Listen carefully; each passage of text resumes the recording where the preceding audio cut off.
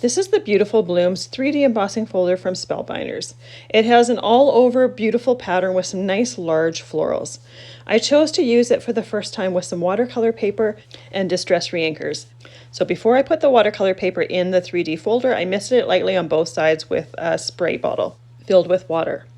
Typically when I use 3D embossing folders and I spray my cardstock with water, I'll let that sit and dry. But because I wanted to try a technique that used wet watercolor paper, I continued on with it.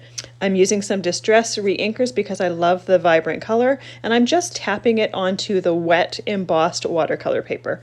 Because it's wet, those colors will blend and bleed as the paper dries.